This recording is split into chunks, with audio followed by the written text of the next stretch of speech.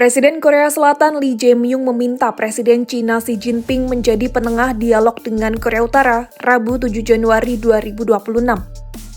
Korsel sendiri ingin agar perundingan terkait keamanan semenanjung Korea, terutama penghentian pengembangan persenjataan nuklir Korut, kembali dilanjutkan usai mandek di masa kepresidenan Yoon Suk Yeol. Permintaan itu disampaikan Lee dalam lawatan resminya di Cina.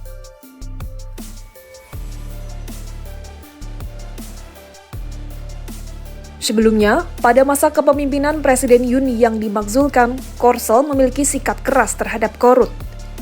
Selama pemerintahannya, semua saluran komunikasi Seoul dengan Pyongyang diputus.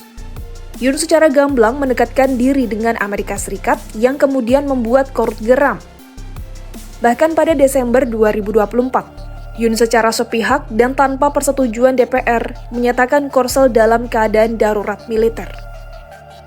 Sejumlah analisis politik dalam negeri Korsel menilai, Yoon selama kepemimpinannya tampak sengaja memanas-manasi Pyongyang supaya berkonflik dengan Seoul, sehingga memberi pembenaran untuk keputusan darurat militer. Akibatnya menurut Presiden Lee yang terpilih pada akhir 2025, Korsel dan Korut kini nihil untuk saling percaya. Pasalnya kedua Korea ini disebut sama-sama menunjukkan sikap bermusuhan.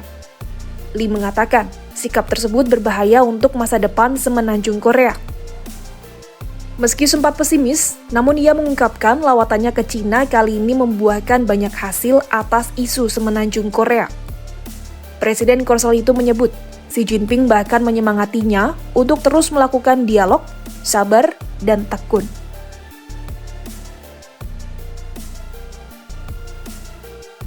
Melalui gaya kepemimpinan yang berbeda dari pendahulunya, Lee saat ini mendekati Cina sambil mempertahankan kedekatan dengan AS.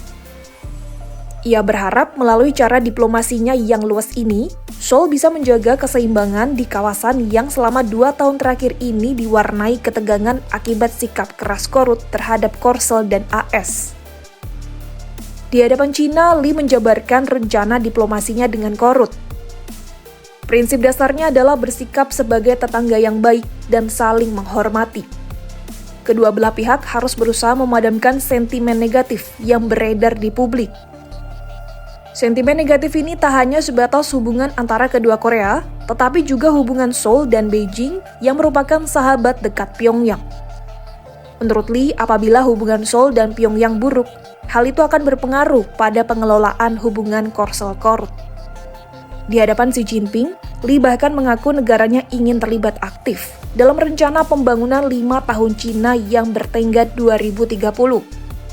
Maksudnya adalah, Korsel dapat menjadi pemain aktif pembangunan baik di kawasan Asia Timur maupun Indo-Pasifik. Merespons sikap positif Lee, Xi Jinping mengatakan bahwa Korsel selalu menjadi mitra penting Cina. Menurut Presiden Cina itu, Korsel sejak awal menjunjung nilai perdamaian dan hidup bersama dengan harmonis.